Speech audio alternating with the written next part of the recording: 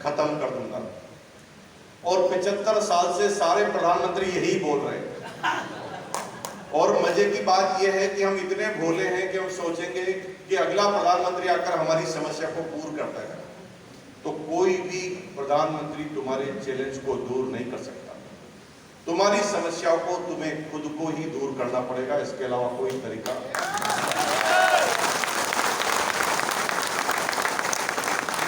और मेरी मानो, मेरी अपलाइन की सुनो, तो मेरी अपलाइन कहती है कि चैलेंज तब तक ही आते हैं जब तक हम जिंदा हैं। क्या बोला उन्होंने? बोलिए बोलिए। जब तक जिंदा है जीवन में समस्याएं आती रहेगी, और समस्याएं बंद करनी है तो क्या करना पड़ेगा? ये है एजेंडा। अगर जीवन में सारी समस्याएं खत्म करनी है तो आज ही मरना पड़ेगा। तो जिसको भी समस्या खत्म करनी है 10 माले की बिल्डिंग पे जाओ और कूद जाओ, आज की आज ही खत्म हो जाए। जिंदा रहोगे तो कुछ न कुछ होता रहेगा। जिंदा रहना ज्यादा जरूरी है।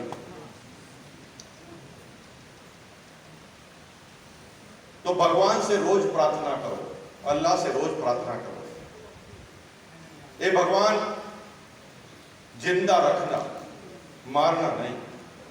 अगर तुझे कम लग रही है 2-3% समस्याएं तो और भेज देना, लेकिन मारना नहीं। मरना नहीं चाहता। तो लाइफ में जिंदा रहना सबसे ज्यादा जरूरी है। सबसे ज्यादा जरूरी क्या है? जिंदा। कितने लोग जिंदा हैं? हाथ खड़ा कीजिए। वो भाई साहब पीछे चेक कर रहे हैं, वो देख रहे हैं जिंदा भी हो कि नहीं है। अरे जिंदा है तो हाथ खड़ा करो ना पूरा, दोनों हाथ खड़ा करो एक बार पूरा, और एक बार अंदर जिंदा आदमी की तरह आवाज निकालो, जिंदा रहोगे तो जिंदे लोग पास में आएंगे, मुर्दा रहोगे सब दूर भाग जाएंगे। इसलिए अंग्रेजी की एक कहावत को याद रखना, to attract people to have to be attractive. अगर आप चाहते हैं कि अट्रैक्टिव लोग आपके नजदीक आए तो सबसे पहले आपको अट्रैक्टिव रहना होगा। ठीक है? मुर्दा से अभिप्राय है कि जिंदा होते हुए भी मुर्दा की एक्टिंग करना। ऐसे मुरझाया हुआ मुंह, लटका हुआ शरीर, घूम रहे चल रहे इधर से उधर, तो कोई तुम्हारे नजदीक आएगा? लेकिन तुम अगर अट्रैक्टिव रहे तो पूरी दुनिया तुम्हारे से बोलेगी आई लव यू। मैं तुम्हारे साथ चलने के तैयार हूँ, मैं तुम्हारे पास आने के लिए तैयार हूँ। रोते हुए के नजदीक कोई आना ही नहीं चाहता। तो जीवन में अगर सबसे पहले कुछ सीखना है तो मुस्कुराना सीखना। क्या सीखना है? मुस्कुराना। मुस्कुराओ। कुछ लोग नहीं मुस्कुरा। क्यों नहीं मुस्कुरा पा रहे? क्योंकि उनके खानदान में कभी कोई मुस्कुराया ही नहीं। क्यों नहीं मुस्कुराया? क्योंकि उन्हें पता ही नहीं कि मुस्कुराने से होता क्या। मुस्कुराओगे कोई भी नजदीक आएगा, रोओगे कोई भी दूर भाग जाएगा। हर हाल में मुस्कुराना। किसमें मुस्कुराना है? हर हाल। कॉमन सेंस रखते हुए, किसी की मैयत में जाकर नहीं करना है। कोई मर गया तो आके मुस्कुराओगे, जूते खाकर आओगे। तो ये कॉमन सेंस आपके पास होना चाहिए। एक लड़की सामने से आ रही, तुम देख देख के मुस्कुराओगे, सैंडल खाओ। तो कॉमन सेंस के साथ हमेशा मुस्कुराते हुए आगे की तरफ बढ़ना है।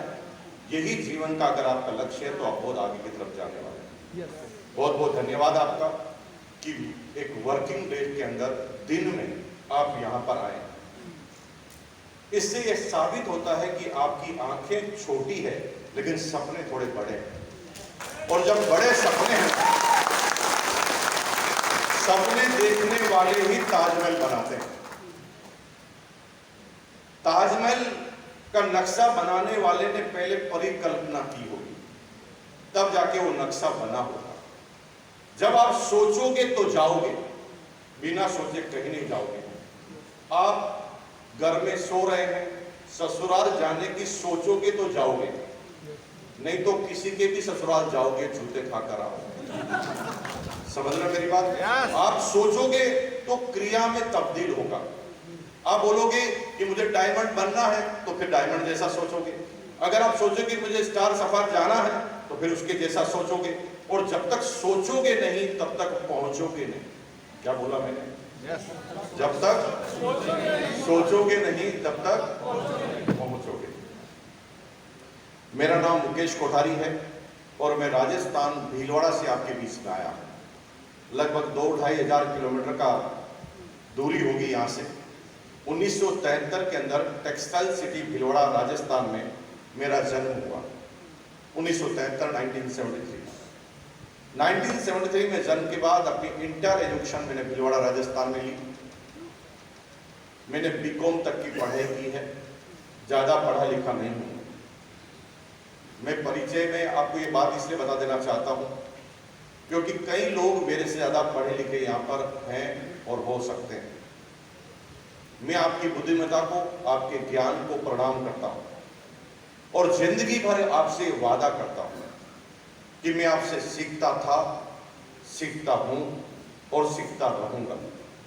लाइफ टाइम मैं सीखना चाहता हूं और हर व्यक्ति से सीखना चाहता हूं। मेरी अपलाइन कहती है कि सीखना चाहो तो गुरु कभी एक मत बनाओ, हर व्यक्ति को ही गुरु बना लो।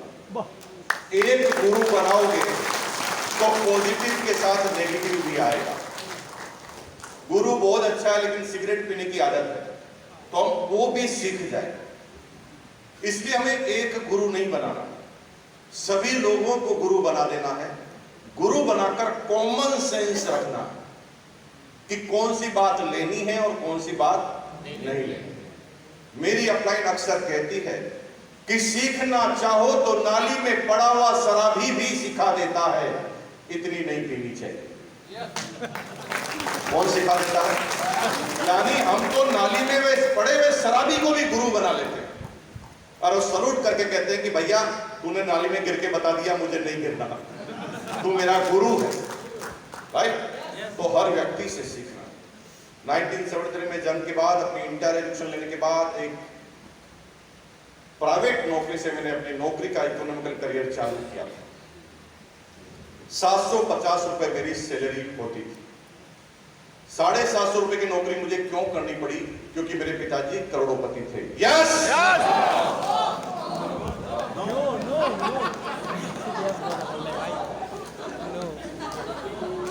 यहाँ पर कुछ लोग ऐसे बैठे जैसे कोई सत्यनारायण की कथा, हर चीज में ही स्वाहा बोल रहे। नींद में हो क्या भाई? थोड़ा सोच समझ के तो बात करो। ऐसे उल्टे पुल्टे बोलेंगे तो ये भाई साहब जो कैमरा लेकर बैठे ना, मेरे कहने से ही बैठे। मैं इनको इशारा करूंगा अभी। मैंने कहा ये देखो हर बात में यस करने लग गए तो फिर मैं अचानक बोलूंगा क्या आज से आपकी सारी प्रॉपर्टी मेरी? यस! फिर ये अदालत में लेकर जाऊंगा। कितने सारे लोगों के बीच में बोला। तो सोचो, समझो, जवाब दो। अरे क्या फर्क पड़ता है, इमीडिएट मत दो, 5 सेकंड बाद दो, लेकिन सोचो तो सही कि मैं बोल क्या रहा हूं।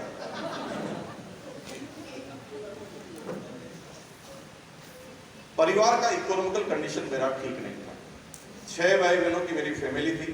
पूरी फैमिली में सबसे छोटा था मैं। मेरे फादर डिफेंस में थे, फिटनेस साथ नहीं देती थी। वक्त से पहले कंपल्सरी रिटायरमेंट लेना पड़ा और जब मेरे पिताजी का रिटायरमेंट हुआ 250 रुपए यानी 250 रुपए 250 रुपीज पेंशन आया करते थे।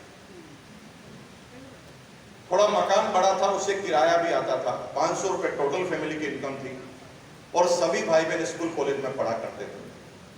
मैं सैल्यूट करना चाहता हूं कि मेरे माँ बाप को कि उन्होंने हमारी एजुकेशन उस समय कंप्लीट कराई जिस समय उनके पास ढंग से खाना खिलाने के पैसे नहीं थे। मेरे माँ बाप को मैं सैल्यूट कर रहा हूं, तुम भी तुम्हारे माँ बाप को थोड़ा सैल्यूट कर लो क्योंकि उन्होंने उनकी औकात से ज्यादा तुमको दिया है। कि मुझे सैल्यूट नहीं करना है, तुम्हें भी शादी हो जाती है अपने माँ बाप। जो भी उनकी ताकत थी ना, जितनी भी उनकी ताकत थी, कंपैरिजन मत करना कि पड़ोसी के पिताजी ने उसके साथ क्या किया। तुम्हारे पिताजी ने तुम्हारे साथ जो किया है ना, उनकी औकात से ज्यादा किया। इसलिए अपने माँ बाप से ऊपर किसी को जाने मत देना लाइफ के अंदर। उससे ऊपर न कोई था, न कोई हो सकता है, न आने वाले भविष्य में कोई रहेगा। क्योंकि माँ और बाप भी पूरी दुनिया में एक रिश्ता है जिसके पीछे स्वार्थ का वर्ड नहीं लगता। जो निस्वार्थ होता। मां मर जाए लेकिन अपने बच्चे को ना मरने दे। दुनिया के किसी भी प्राणी में सिर्फ बच्चे मां बाप के अंदर ही यह गुण पाया जाता है, प्रकृति के द्वारा। इंसानों को तो इंसान सिखा देते हैं, लेकिन प्रकृति के अंदर यह गुण होता है। गाय के बछड़े को जब दूध पीना होता है तो मां के थन को वो ऑटोमेटिक ढूंढ लेता है, ये उसकी प्रकृति है, उसे कोई सिखा नहीं रहा है। एक ही बच्चा है, एक ही गाय है, कोई गुरु नहीं है, लेकिन भी प्रकृति का नियम ऐसा है कि वो अपने काम को ढूंढ ही लेता है। हमारे माँ बाप ने बड़ी कठिन परिस्थितियों में हम बच्चों के एजुकेशन को कंप्लीट कराया। 750 रुपए से मैंने नौकरी चालू की। ये मेरे इकोनॉमिकल करियर का पहला दिन नहीं था। मैंने पैसा कमाना 6ठी क्लास से चालू कर दिया था। छोटा था ना, तब से ही बार बार पैसों के बारे में सोचता था, क्योंकि घर में जब भी कोई तनाव, टेंशन आती थी तो उसकी वजह पैसा होती थी। और मैंने सोच लिया कि मुकेश कोठारी पैसे का अंबार लगा। 5वीं क्लास में मैंने पतंग की दुकान लगाने की प्लानिंग की। पूरे साल मैंने 2 पैसे, 3 पैसे, 5 पैसे इकट्ठे किए जो मुझे टॉफी के लिए दिए जाते थे। जब सारे बच्चे लॉलीपॉप और टॉफी खाते थे ना, उस समय मैं अपने दिल पर, छाती पर पत्थर रखकर अपने मन को ललचाता नहीं था और पैसे बचत करता था, सेविंग करता था। क्या कहना चाहता हूं, जीवन में गोल और टारगेट अगर होंगे ना तो ध्यान कभी भटकेगा नहीं। ध्यान उन्हीं का भटकता है जिनका कोई टारगेट होता ही नहीं। अभी डॉक्टर साहब मुझे सिलीगुड़ी से लेकर आ रहे थे। रास्ते में रोड का काम चल रहा था। एक जेसीबी मशीन रोड खोद रही थी। 40 आदमी खुदते हुए रोड को देख रहे थे, क्योंकि जब वो घर से निकले तो उनका कोई टारगेट ही नहीं था। गड्ढे ने ही उनको रोक दिया और वो गड्ढा देखना चालू किया। लेकिन सारे लोग नहीं रुक रहे थे। जिनको ऑफिस जाना था वो तेज जा रहा था, जिनको मां की इलाज के लिए डॉक्टर को लेने जा रहा था वो तेज जा रहा था। रुके हुए वही थे जिनका आज का कोई टारगेट था ही नहीं। और जब कोई टारगेट नहीं होता है तो लोग अपने टारगेट के लिए आपका इस्तेमाल करते हैं, जैसे जेसीबी वाला आपका इस्तेमाल कर रहा है। हो तो जेसीबी रही है और आप देख रहे कितना खुद गए। टारगेट जरूरी है। मैंने 5वीं में टारगेट बनाया तो मन ललचाता नहीं था। जो ही टॉफी खाने की इच्छा होती थी मैं टारगेट को याद करता था। दुकान लगानी है तो मैं टॉफी को भूल जाता था। 1 रुपया 60 पैसा इकट्ठा कर लिया। आइडिया लगाया तो 1 रुपये 60 पैसे में दुकान खुल नहीं सकती थी, तो मैंने अपने भाई से भी 1 रुपया 60 पैसा उधार मांगा, जो 8वीं क्लास में पढ़ता था, मेरे से 2 साल बड़ा था। मैंने कहा भाई 1 रुपया 60 पैसा तुम्हारे पास है, उधार दे दो। जब भी किसी से उधार मांगोगे तो 4 प्रश्न पूछे जाएंगे। जब भी किसी से उधार मांगोगे तो 4 प्रश्न पूछे जाएंगे। पहला, क्यों, क्यों चाहिए। दूसरा, क्या करेगा, कैसे करेगा। तीसरा, वापस कब चुकाएगा। चौथा, तुझे देने में मेरा क्या फायदा, यानी इंटरेस्ट है। बैंक भी ये 4 प्रश्न करता है। किसी आदमी के पास पैसा उधार लेने जाओ तो भी यही 4 प्रश्न करता है। तो मेरे भाई ने मेरे से पूछा क्यों। आगे के प्रश्न पूछने की जरूरत नहीं पड़ी, इतना टैलेंट था मेरे अंदर। उसने पूछा क्यों, तो मैंने कहा पतंग की दुकान लगानी है भाई, 1 रुपया 60 पैसा और चाहिए। और मैं 5वीं क्लास में ये पता लगा के आया हूं कि होलसेल की दुकान कहाँ है। और मैंने ये भी पता लगा लिया है कि जो 5 पैसे में पतंग मिलती है ना, उसकी होलसेल की रेट क्या है। मैंने ये भी जानकारी ली है कि हमारे घर से 4 किलोमीटर तक कोई पतंग की दुकान नहीं है। और मैंने ये भी पता लगा लिया है कि लगभग 200 बच्चे गर्मी की छुट्टियों में पतंग उड़ाते हैं। मैंने टारगेट बनाया है कि 150 बच्चे भी अगर मेरे यहाँ से पतंग लेंगे तो मेरा इतना टर्नओवर होने वाला है, और इतना टर्नओवर होगा तो इतना प्रॉफिट होने ही वाला है। और इतना प्रॉफिट अगर हुआ ना भाई तो ₹1.60 का मैं तुम्हें 3 महीने में ₹1.90 करके दे दूंगा। मेरा भाई इतना कन्विंस हुआ कि उसने मुझे ₹1.60 छठी क्लास में दे दिया। ₹3.20 से मैंने पतंग की दुकान लगा ली। और निजामुद्दीन जी, आपको मैं याद दिलाना चाहता हूं कि 3 महीने में पैसे को डबल कर लिया। कितने महीने में? 3 महीने। ऐसा कोई बिजनेस आपके पास है आज? मोहन प्रसाद जी, कोई बिजनेस है जिसमें 3 महीने में बिजनेस पैसा डबल हो सकता है? 3 साल में डबल करने की गारंटी नहीं है।